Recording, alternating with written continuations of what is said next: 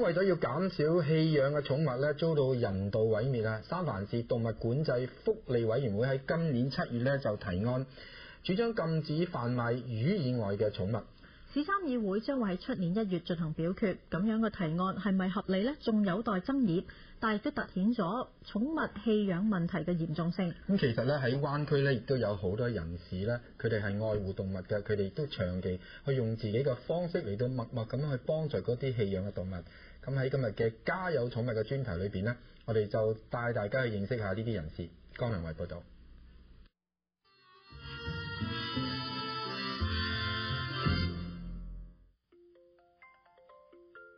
宮崎駿嘅卡通龍貓相信好多人都睇過，龍貓又叫毛絲鼠，英文名叫 Chinchilla， 喺香港好受歡迎，喺台灣則屬於保育類動物。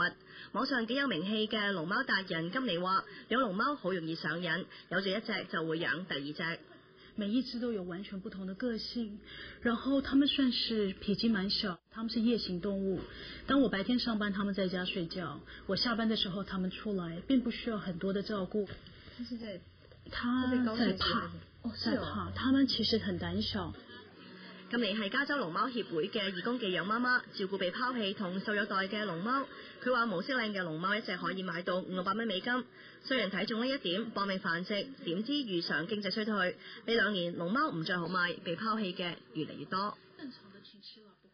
有一個男性的租房子，他養了20幾隻在屋子裡，就怕房租付不出來，也是連夜就跑掉，門關起來，房東又不能馬上進去，必須要等到警察局允許，等進去發現時20幾隻已經有的餓到乾扁，有的互相咬對方的皮毛，真正救回來的只剩2-3隻。Lionel Richie 投入救援工作長達33年，一個人就收留咗20幾隻，所有費用自掏腰包。日頭喺生化公司做顧問，其餘時間 Lani 全部奉獻俾龍貓。喺灣區各大小寵物領養活動上都可以見到佢嘅身影。雖然目的係幫龍貓揾新嘅屋企，不過 Lani 對主人嘅要求一啲都唔馬虎。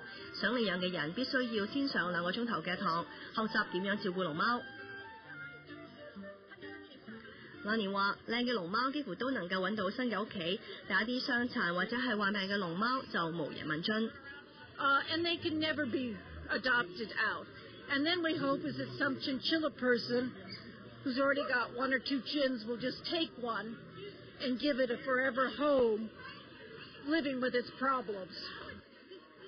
Lani 為龍貓付出嘅不單止係時間同金錢，多年前佢曾經衝入火場營救12隻受困籠中嘅龍貓，結果不幸被火紋身，留低永久嘅疤痕。Monica Thompson 亦都致力營救棄養動物，一個人養咗200幾隻貓。Somehow the cats always seem to respond to me. The ones that were supposed to be feral or unhandleable would always rub up against me and start purring. Monica 原本係動物救援組織嘅獸醫，佢唔忍心見到傷殘嘅棄貓因為冇人領養要人道毀滅，主動一隻隻帶返屋企治療，幫助佢哋恢復健康，揾新嘅屋企。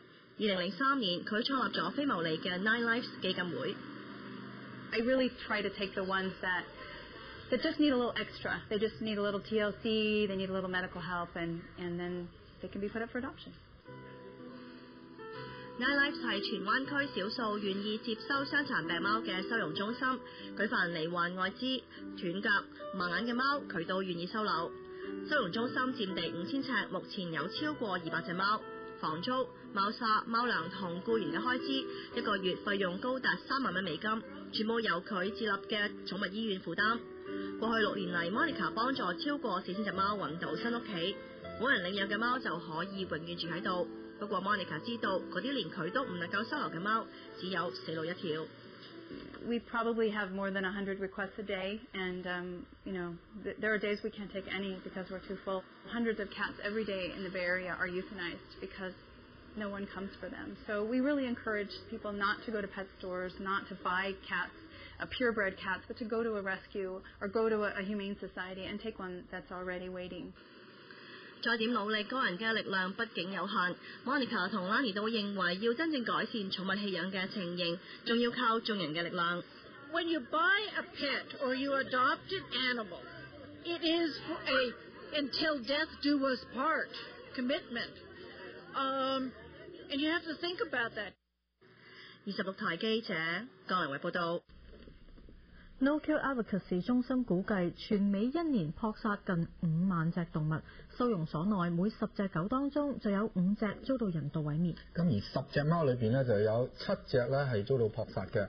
因此咧，愛護動物人士除咗鼓吹人去領養之外咧，亦都呼籲嗰啲人呢係要為寵物結紮嚟到降低繁殖率。好可惜嘅係 Nine Lives 基金會因為入不敷支，決定喺10月底就閂。咁如果大家想進一步認識我哋今日介紹嘅2間非牟利嘅機構呢，係可以上本台嘅網站嗰度查詢㗎。